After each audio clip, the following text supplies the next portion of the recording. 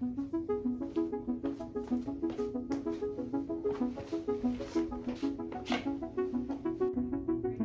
there. Hi. Introduce yourself. Hi, my name is Kyle, Kyle Pegalion. I'm in 12th grade Mouat.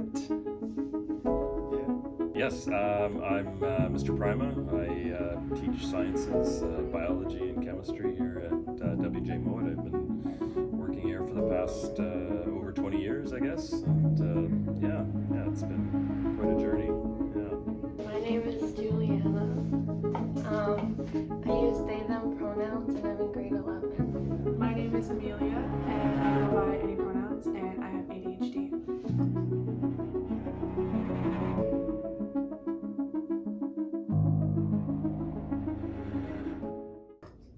What does it mean to be autistic?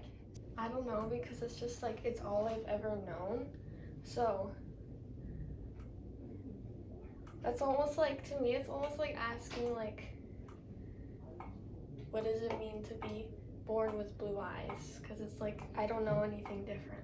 So for me, being autistic means that I struggle a lot with social cues. So I often don't understand what people mean if they're not completely direct with me about how they're feeling or what they mean by like really vague statements. I also get very overwhelmed, or rather, I'm more sensitive to pretty much all the senses, especially sound and light. And so if I say walk into a store that has a lot of bright colors and signs, that alone can overwhelm me. And especially if there are other sounds going on, then I can go into something called like shutdown, which is basically like my body goes into self-defense mode and I can't do anything about it. What does it mean to have ADHD? Just means that my brain works a little differently, and it's harder for me to get started on tasks and things like that. But it also means that I get really invested in things and know a lot about certain things that I enjoy. Like describe it. I've always described it kind of like I say like bees in my brain. Because like it's like just a head full of like all these different things all doing their own little like task, and sometimes it's really like organized, like every single like thing in my brain is doing its own little thing, and they're like going all like through each other perfectly. And then sometimes it's just violent like buzzing in my head, things are really loud, and sometimes it's hard to like focus on other things. Sometimes all the bees like direct their attention to one specific thing and I can't focus on anything else. And sometimes just altogether, they'll just be like flying out, which is why sometimes I say things or like feel like emotions that I didn't like intend to, because they just kind of come out of nowhere. And yeah. What is your condition? I was diagnosed with dyslexia when I was probably in grade 3. And I went through a lot of reading analysis and then reading exercises. How do people usually react to you being autistic? Surprise, generally. I only found out that I was autistic a year ago, and I did a really good job of pretending I wasn't up until that point. And so a lot of people often they don't really notice it at first, and so they don't really believe me. And a weird reaction I also get a lot is people surprised at how happy I am about it, or how open I am about it, because especially in older generations, there's a lot of stigma around being autistic, and it's seen as like a disorder. Like when you're diagnosed with it, it is called autism spectrum disorder. And so it's seen as an illness or a disability, which it is, that will just, all it does is cause bad things. But really, I see it as, it does cause drawbacks, but it also opens up this community to me, and it gives a name to the struggles I've been having my whole life. I've had to tell like lots of people this semester, because I've been making like new friends that I'm like autistic, and they're just like, oh, but then they don't care because I don't appear autistic, because stereotypically like what people think autism is like a young little boy with autism that's like having meltdowns all the time. How do people usually react to you having ADHD? I feel like they're surprised because no one really knows what ADHD, how it manifests in AFAB people. So like people always think that it's just like someone who's hyperactive and things like that, like oh shiny and things like that, but that's not really what it is for everybody, and it can manifest like that. So they're always surprised because I have like good attendance and good grades and things like that. So You keep using the word AFAB. What does that exactly mean? it means assigned female at birth, which I am, and then AMAB would be assigned male at birth. How do people usually react when they hear that you have the symptoms that you have? They're a bit surprised, so they don't really consider that a teacher would have that kind of disorder, I think, and they're kind of shocked. And mainly because I think people look at it as a bit of a binary. You either have it or you don't, and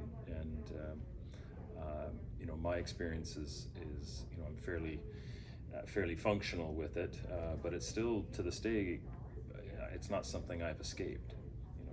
I've just learned to manage it. Yeah. What has your experience and journey been like? So, like I said, I didn't know I was autistic until a year ago when I had extreme depression and anxiety. I still do. And I was trying to figure out what else was going on, because I was noticing that even though we were treating the depression and we were treating the anxiety, there was something else causing problems in my life that I felt like had been going on longer than the depression. So I started looking into my symptoms, and I realized that a lot of it lined up with being autistic. And so it took me a while to get any kind of professional help for that. My family doctor didn't quite believe me, and my parents didn't quite believe me either, so I had to arrange appointments with like my family doctor on my own without my parents' help. But then my doctor referred me to a pediatrician who was like, yeah, this sounds like autism. So now I'm on a wait list, but unfortunately autism has a very strict diagnosis process. You can only get the diagnosis from a few specific doctors or programs, and so the wait list is about 2 years, and if I were to try to get a private assessment, it would probably be a couple $1,000s. So right now I'm just sitting with, technically I'm self-diagnosed, but it's pretty much autism, yeah. I didn't figure out that or start questioning that I had ADHD until probably a year ago, and then it hasn't been until a couple months ago that I started taking some medication for it, and it's helped so much. It's crazy. And it makes a lot of sense, because I also didn't know how it manifested for AFAB people. So it just really, a lot of things made a lot of sense when I figured it out. When I was younger, I thought people could tell. So I would be very, if I was writing words in public, I would often misspell them. So I would be quite anxious about getting up to perform and do that, or to reading in public was a real problem. So both of those would cause a lot of anxiety for me when I was younger. But one of the things about teaching is you have no choice, so you just have to get up and do it. So and oftentimes I tell my students that that you'll see this happen. So if you see it, correct it. Let me know. I'm not spelling; it's just spelling. So yeah. Well, when I was little, I didn't know that I was autistic because my parents thought I was just a little quirky little kid that just had meltdowns all the time and was always rocking like I'm doing right now.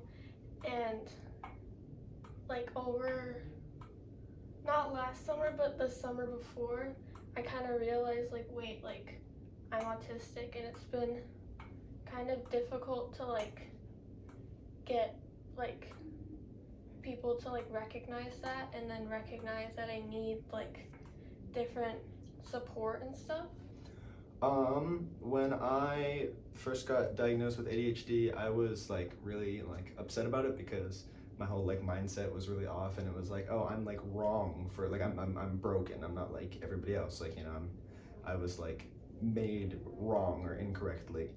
And then I've been working towards the like more attitude of, instead of just like, hey, you've been like, you know, there's like a malfunction in your brain, you know, something's broken. It's more like it was just built differently. You know, there's a lot of things that like, surprisingly, like ADHD isn't just a bad thing. It doesn't just cause problems. It also like there's things that I can do that people without ADHD can't do. You know, like I can think a lot quicker on my feet. I can, you know, I have more like, I think like emotional connection to things. And so like I've just tried to like learn that instead of it being a problem, it's more of it's a different thing, and it's something that I have to learn with, but it's not necessarily a bad thing. It's just a part of me. Have you ever felt ashamed of being who you are? I don't think so. Or I mean, I guess like when I was in like middle school or beginning of high school, I kind of did. I was confused as to why like I'm getting good grades, but I still feel stressed and I still feel like confused, and like things aren't working in my head, and everyone's getting things handed in on time and then I'm handing things in late and stuff like that. But now that I know and I kind of know more how to navigate it, I feel like a lot better about it. Yeah, sure. There's a certain amount of that when I was younger, mainly because writing was difficult for me, and I certainly didn't like sharing it, because I often was for some teachers, they saw these errors as something that needed to be corrected and or to be made aware of, and you know, that was kind of hard at the time, but it certainly was, I think, an important step. Yeah, for sure. I especially when I first started taking my like medication and stuff, and I first got diagnosed, I was pretty like ashamed of it. I didn't want to tell people that I had to take pills just to be able to achieve the same like levels of like attention and focus and the ability to do schoolwork that everyone else was able to do without any like added tools. You know, it felt like, you know, it was shameful that like I needed almost like a crutch or like something to assist me, because I couldn't do it on my own. Yes, because when I was first figuring it out, it felt like everything that I knew about myself wasn't true or real or anything, and I kind of had like an identity crisis. Not really. When I didn't know I was autistic, when I was younger, and I would get pretty much like punished for things like I wouldn't be able to eat food at a restaurant because the texture would be something new and different, and I would literally like start having a panic attack because the texture was bad and I couldn't eat it. So that's when I would feel the most shame, was when I was younger and I was getting punished or shamed for things that I didn't understand why it was wrong or what I was doing that was causing that. But when I realized it was autism, suddenly like there's no shame, and there hasn't been since, because I've realized it's not my fault. You know, this wasn't something I could control, and I'm proud to have that, you know, diagnosis, that label that can show me that there are others like me. Do you think people have ever treated you differently in the past or in more like recent circumstances because of your condition? Not really. I mean, I look at it as something that I don't use as an excuse. It's something that I need to manage. It may be a deficit in one area, but it's given me really strong strengths in other areas. So even though I'm sort of, that's not my area of strength, I have other areas of strength. So you know, I try and play to those strengths for myself. You know, with other people, I'm not someone who's going to go and charge ahead and do a presentation to, you know, thousands of people. It's just, I wouldn't be comfortable in that arena for sure. Yeah. Have people ever treated you differently because you are autistic? Not really. I haven't, like, growing up, there were definitely people who treated me differently, and that was probably because I had autism symptoms, like I wasn't understanding the social cues. But I have never come across anyone who has heard that, oh, you're autistic, and because I'm autistic and they know that, they treat me differently. Generally, people just sort of like are like, oh, okay, whatever, and move on with their life. Like all the time, because at school, like there was this like sub, and she realized I was autistic, and then she was like, oh, do you need help with this stuff? Treating me like a baby and stuff. And no, it was in one of the subjects I'm like really good at. And so it was very frustrating. Have people ever treated you differently because you have ADHD? Yeah, for sure. I think often like before people knew that I was even before I knew that I had ADHD, I was definitely like, you know, treated like, you know, I was like focus in class, or, you know, Kyle, why do you say like or do things without thinking and things like that. And then once I got diagnosed with ADHD, and especially like some of like my friends started like knowing that kind of stuff, you know, there's like, you know, they make jokes, and you know, they you know, whenever I do something stupid at the beginning of the day, they go, Kyle, have you taken your Adderall today? And most of the time it's because I haven't taken my Adderall today.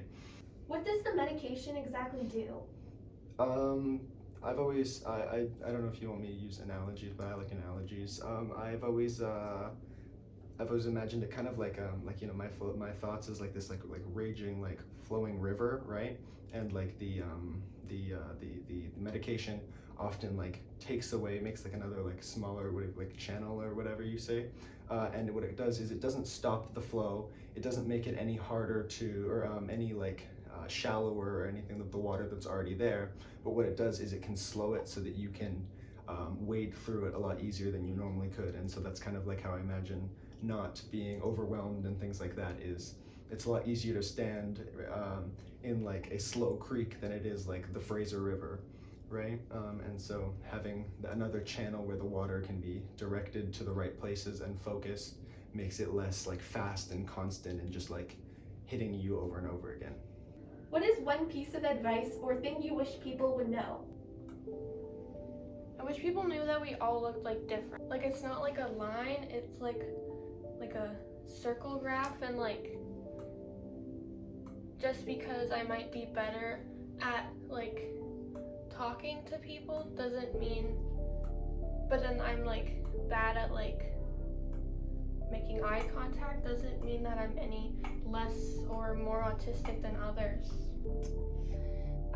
For the people who are autistic or think they might be autistic, I would say definitely like that's okay, and you are not a failure for having to deal with the symptoms that come along with it. And sometimes it can feel difficult because you can excel one day and then the next day you need a bunch of help.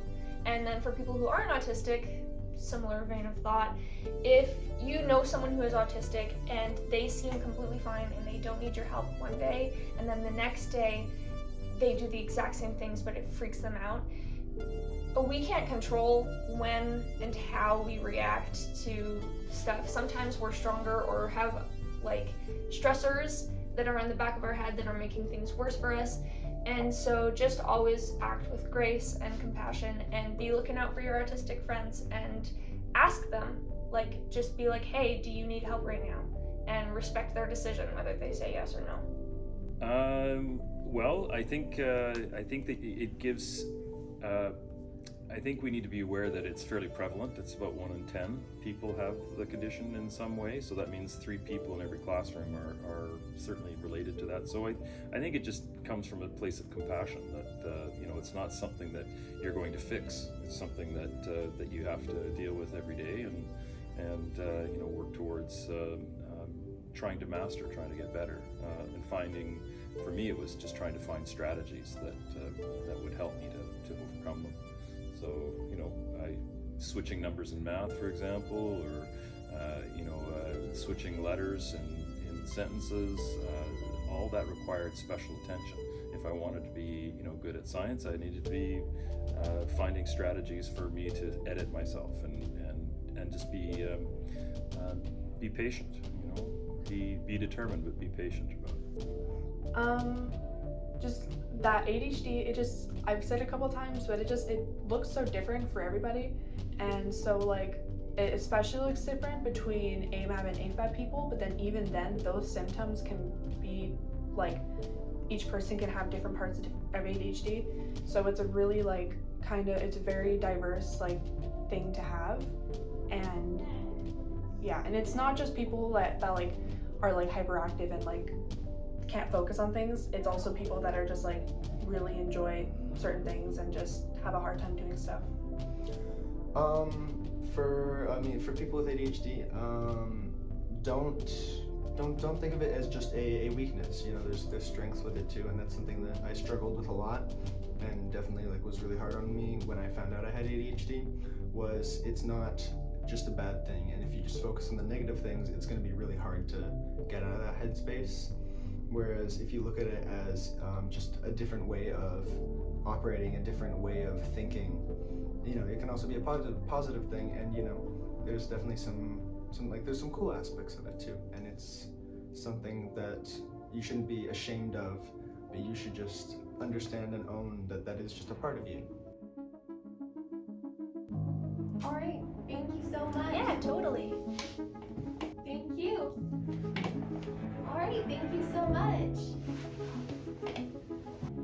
All right, thank you very much. Yeah, you're welcome. Thank you. Yeah. All right, thank you.